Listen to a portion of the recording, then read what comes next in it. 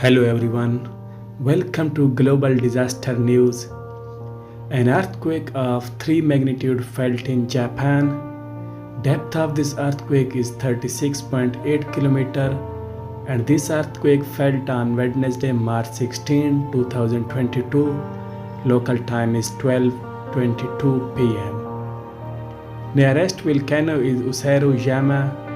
Nearby towns and cities 68 km east of Hachinohe. Weather at epicenter at time of quake: overcast cloud, 5.3 degrees centigrade, humidity is 72% and wind is 4 meter per second from north and west.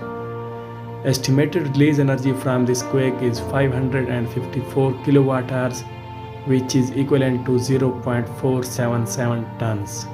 If you like this video, make sure to subscribe my channel and press the bell icon for more updates. Thank you.